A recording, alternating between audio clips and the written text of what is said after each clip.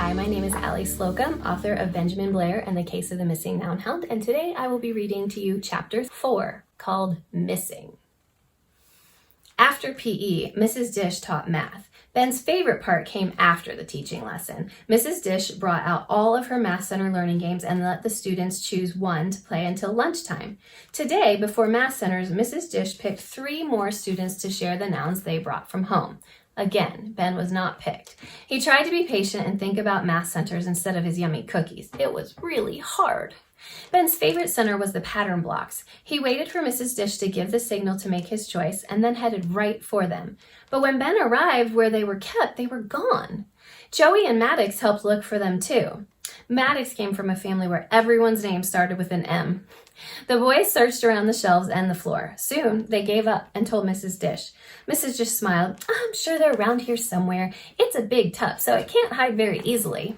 She circled the room a few times with all 3 boys following her like ducklings. Then she said, I don't see them. That's strange.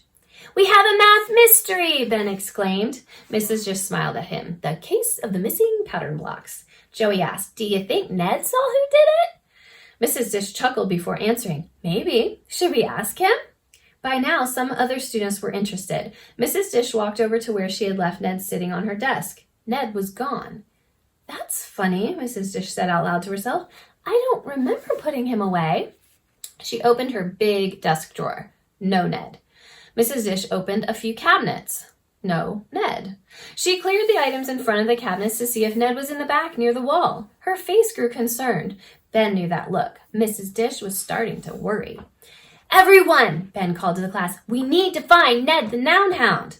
There was a flutter of activity as Ben and his classmates began searching here and there and up and down and all over the room. A few small groups kept working on their math centers, but most of the class joined the hunt.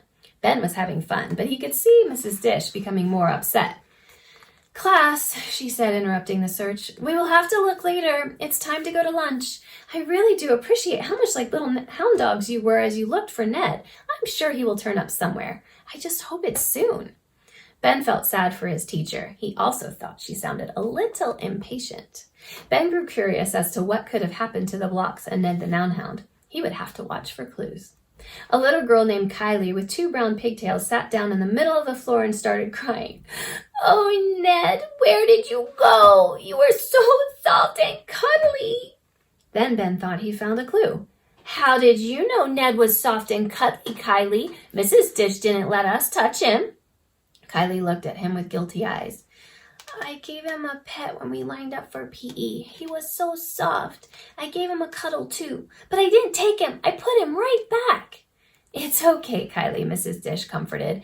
Ben, let's look for real clues and not just try to blame someone. Real clues take patience to find. We will look after lunch. Let's line up and go. At lunch, Ben sat with his brothers in addition to Joey and Maddox. All the boys thought having a mystery to solve was very exciting. Joey guessed, maybe Kylie was lying and she took Ned. Ben remembered Joey touching Ned when he was in line to ask Mrs. Dish how to spell a noun. Maybe it was you, Joey. I saw you touch Ned during the noun hunt. Joey turned red. I just gave him a pet. He looked sad.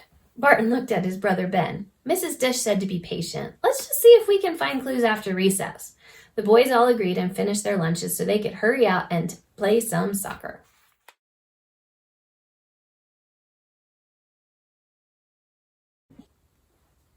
Discussion questions for Chapter 4.